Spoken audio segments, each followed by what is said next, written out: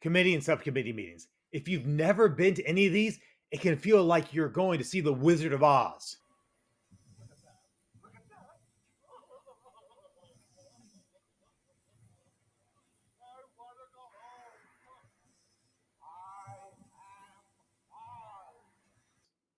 So, on today's Better Advocacy in 10 Minutes or Less, we're pulling back the curtain so you'll be ready to defend your bill or fight against a bad bill at a committee meeting. Now, quick disclaimer. This video is based off of Virginia's legislative process. Every state will do things slightly differently, so be sure to check your state's policies and procedures. All right, let's get into it. First up, you want to find the agenda. You do this even before the meeting happens because this is how you know that your meeting is going to happen. In Virginia, these have to be published at least 24 hours in advance, and you can find them on the committee's website. Does this always happen? No, people let things slide, but always be sure to check that committee website so you can see which bills are on it. Also, on the day of, get up early that morning and look one last time to see if any changes have been made. There are lots of times when someone will go in there, by someone I mean the actual committee chair, will go in there and make changes and add bills or subtract bills from the agenda. So just make sure you know what you're getting yourself into before you show up for that committee meeting. All right, now let's say you make it to the committee meeting. Let's talk about the general flow of the meeting. How are things going to look? How do the processes go? First, the meeting is gavelled in and roll is taken. Sometimes they even test the technology. Then they get to the fun part, the actual bills. But, and this is a big but, the chair doesn't have to take the bills in the order that they were on the agenda. Yes, the chair might take a group of bills first because that's what he or she wants to do. Maybe there's a legislator who came to the chair ahead of time and said, hey, I've got to be in this other meeting a little bit later on. Can you do mine first? Maybe there's even a legislator that chair doesn't like, so they always put that legislator's bills at the very end. Whatever it is, that chair has some discretion to align the bills in any order that they want. Now, they are pretty consistent usually, so you get to understand what a chair is doing. But even if you think your bill is coming at the end, I always say be there at the beginning of the committee hearing because better safe than sorry. Now, once all the bills have been heard and debated, and we'll do a deep dive into that in just a minute, the meeting adjourns. There's no off-agenda debate. There's not even the setting of the next meeting usually, since they fall on regular days. There's not even a public comment time period like you'd get at a city council meeting. Everyone gets up and leaves. Very anticlimactic. Yes, I understand. Now, let's zoom into the individual bill when it's heard. This is the climactic part. Okay, first, that bill is announced. It can be very formally by the chair stating the bill number, the bill title, the bill patron, or as informal as the chair leaning back and saying something like, all right, Tom, what are you trying to get us to do this time? The patron will then describe their bill. If there are any amendments the patron wants to make, they make them at this point. Basically, this whole thing, the patron is making their elevator pitch as to why this bill should pass. Now, let's be honest, any good legislator has already met with all the committee members, or at least those in the majority, and addressed any of their concerns. So a lot of this is pro forma, but it's still necessary. And at this point, once the legislator has done their introductions, the committee members can ask any questions or even propose amendments. So some do this for social media posting, others because they have genuine concerns, and others just because they like to hear themselves talk.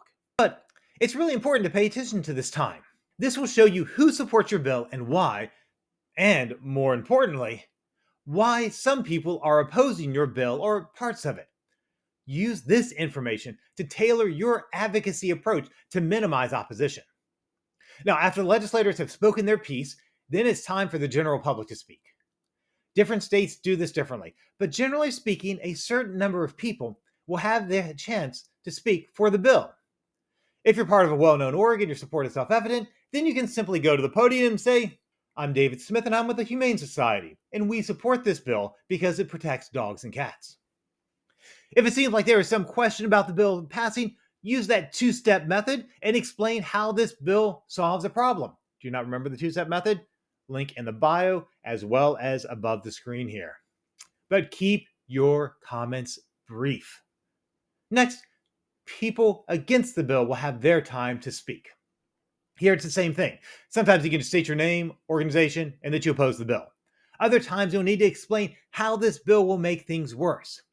Usually this is a very straightforward process, but sometimes things can get heated. The key to your success is to be prepared and stick to what you know. If a legislator asks you a question, don't be afraid to recommend another person in the room that is more knowledgeable about that topic be the one to answer it. Now, after the public has had their turn, the patron makes their final comments.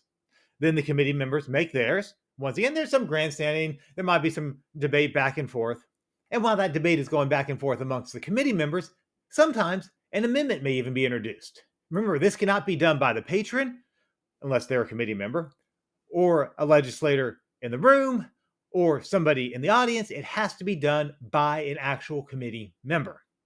And you want to pay attention. Remember, if it's a friendly amendment, that means the patron is okay with it. And they'll say it's a friendly amendment.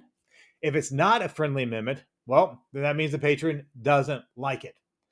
Any votes on amendments take place before the actual vote on the bill. Remember, pay attention to what these amendments are saying to see if you are happy with the way your bill is progressing. Now, finally, after all of that debate and back and forth, a motion is made to refer, meaning to send it to another place. They're referring it to another place, the full committee, another committee, or the floor of the House or Senate chamber. Oftentimes, a substitute motion will be made to lay on the table. That's a very compassionate way of saying they want to kill your bill. The substitute motion has to be voted on first. If that passes, in other words, if your bill is laid on the table, well, that means your bill has died. Technically, it can be picked up off the table later in the session, but I have hardly ever seen that happen. But if that substitute motion dies, then the original motion is voted on. And as I said just a moment ago, your bill can be referred to several different places, so pay attention. When that vote is taken, if your bill fails to refer to fill in the blank, then that means your bill is dead. My condolences.